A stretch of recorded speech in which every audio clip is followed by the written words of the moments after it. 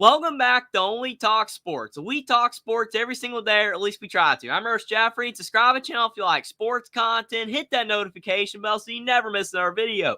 The last of the triple header of massive top 10 matchups in college basketball on Saturday ends with the Tennessee Volunteers traveling to the Kentucky Wildcats at Rupp Arena. This game has lost a little bit of its luster because of the fact that Tennessee lost to South Carolina this weekend. The Kentucky Wildcats lost to the Florida Gators as well, and both Tennessee and Kentucky lost on their own floor, and that significantly has hurt their chances of being able to win the SEC this season. Whoever wins this game will have a shot still to win the conference, but currently Alabama, of all teams, is at the top of the SEC with a 7-1 conference record. I don't really think anybody would have thought that in the preseason, but Tennessee's at 5-2, Kentucky's at 5-3, and both teams are at 15-5 overall. So these two teams are having great seasons. Kentucky, it's been one of their better years that they've had in the last few seasons. Tennessee, they consistently do well in the regular season, but struggle come NCAA tournament time.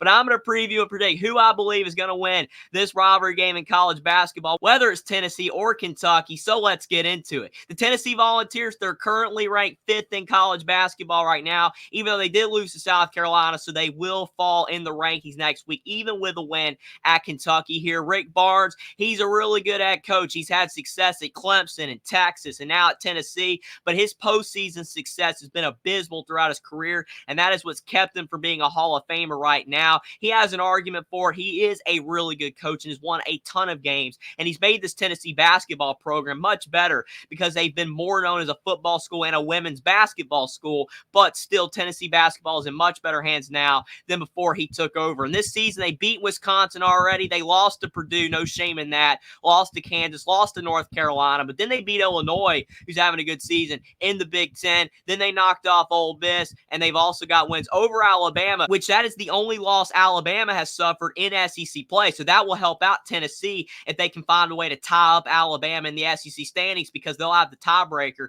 and that could help the Volunteers win the conference. And then obviously they did lose to South Carolina, possibly a look-ahead game to Kentucky, but I really can't say that though, because South Carolina is really good. They're not getting enough credit this season, so really not a bad loss at all on the Volunteers, but still shocking that they did lose on their own floor. But now they're going on the road to face the Wildcats. Rupp Arena, one of the toughest environments in college basketball, but Rick Barnes has got the squad that can handle pressure on the road, because Dalton Knecht, he is a talented transfer from Northern Colorado, one of the best offensive players in college basketball this season, averaging 20 points per game. You give him any space, and he is going to drain some threes. As you can see, he shoots 40% from three, and that's not on a small volume either. He shoots a lot of threes in games, and he shoots almost 80% at the line, so he is a very good player for Tennessee and has been one of their best offensive players in the last few seasons. And then you look at Jonas Adu averaging 11 points and 7 boards. He's a good center down low. And then you look at Zakai Ziegler averaging 10 points per game and 5 assists. He helps in the backcourt. Josiah Jordan James, he's never really developed into the type player that some people thought he could become, but he's still averaging a solid 8 points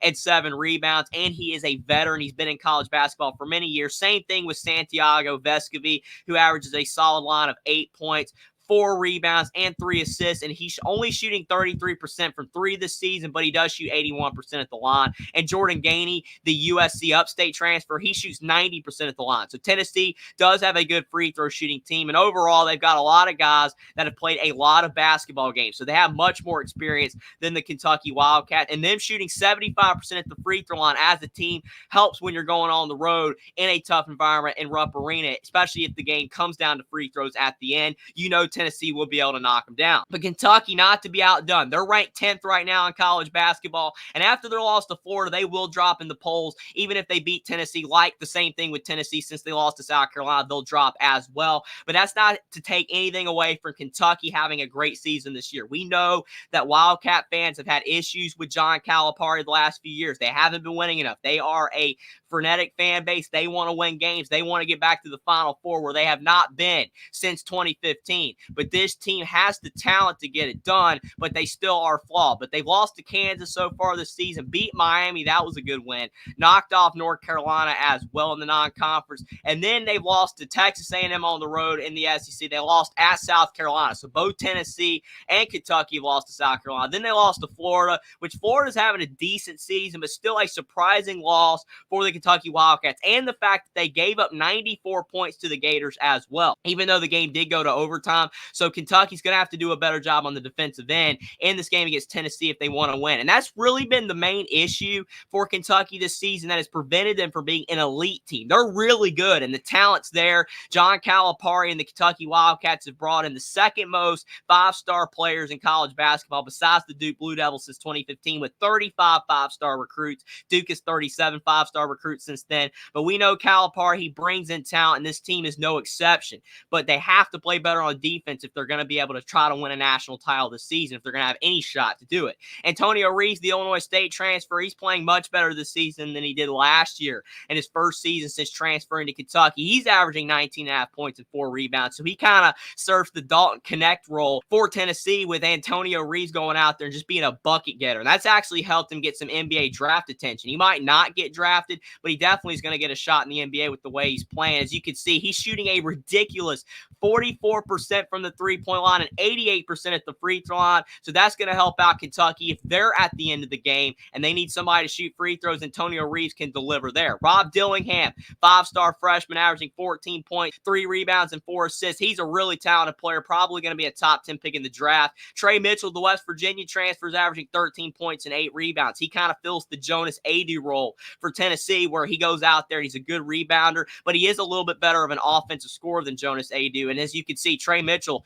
at the 4 position can go out there and step out and shoot the 3 at 35%, so that's solid as well. Reed Sheppard's been a surprise for Kentucky. He's a freshman, but no one thought he was going to have this big of an impact, and he might go out there and get drafted in the first round when no one was expecting him to be a one and done. He's averaging 12 points, 4 rebounds, and 4 assists, and he's shooting 54% from 3, which is an absolutely ridiculous number, especially because Reed Sheppard does shoot a fairly high volume from 3. So if you give him any space, he's going to knock it down. DJ Wagner, he's averaging 12 points per game. He was a 5-star freshman, but he is struggling from 3 at 31%, and he's only shooting 69% at the line, but the talent is still there. He's a great driver. Justin Edwards, another 5-star freshman, is averaging 8 points per game. A Duke Thero stepping up and averaging 7 points per game. He did not play as much last year for Kentucky in his freshman season. Aaron Bradshaw, he's been riddled with injuries. He's averaging 6 points and 4 rebounds. And then Big Z, as they like to call him, he's only played in a couple games for Kentucky this season, but he has talent. We'll see if he starts getting factored into the rotation more as the season goes along, but that would really help out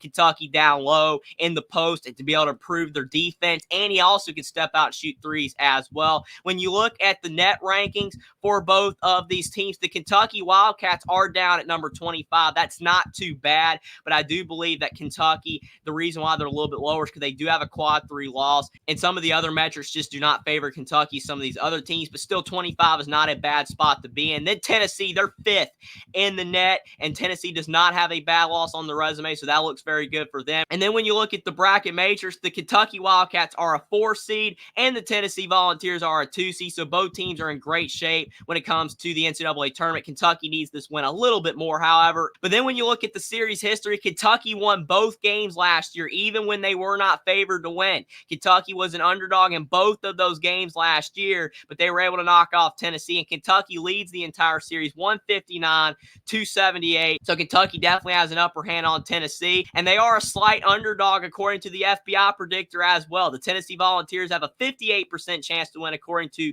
the FBI, and Kentucky has a 42% chance to win. That Florida loss probably did not help, and the way that their defense is playing as well. But who do I think is going to win this top 10 rivalry matchup in the SEC? It's kind of tough to base it off of the way these two teams last played, because if Tennessee was coming in hot, Kentucky had to slip up, you would believe maybe that Kentucky would go out there and ball out and play hard on their own floor, and they would be able to knock off Tennessee. But both of these teams suffered an upset loss last time out, with Tennessee losing to South Carolina, with Kentucky losing to the Florida Gators. But I think the big key here is, can Kentucky's defense be able to be fueled by their home crowd at Rupp Arena, unlike what it was against the Florida Gators. Tennessee is a bigger opponent to play, and Kentucky has had great success against the Tennessee Volunteers recently. They know how to beat them, but Tennessee, they've got a really experienced squad with guys like Jordan Gainey, Santiago Vescovi, Josiah Jordan-James, and a talented player in Dalton Knecht, and a great point guard, Zakai Ziegler.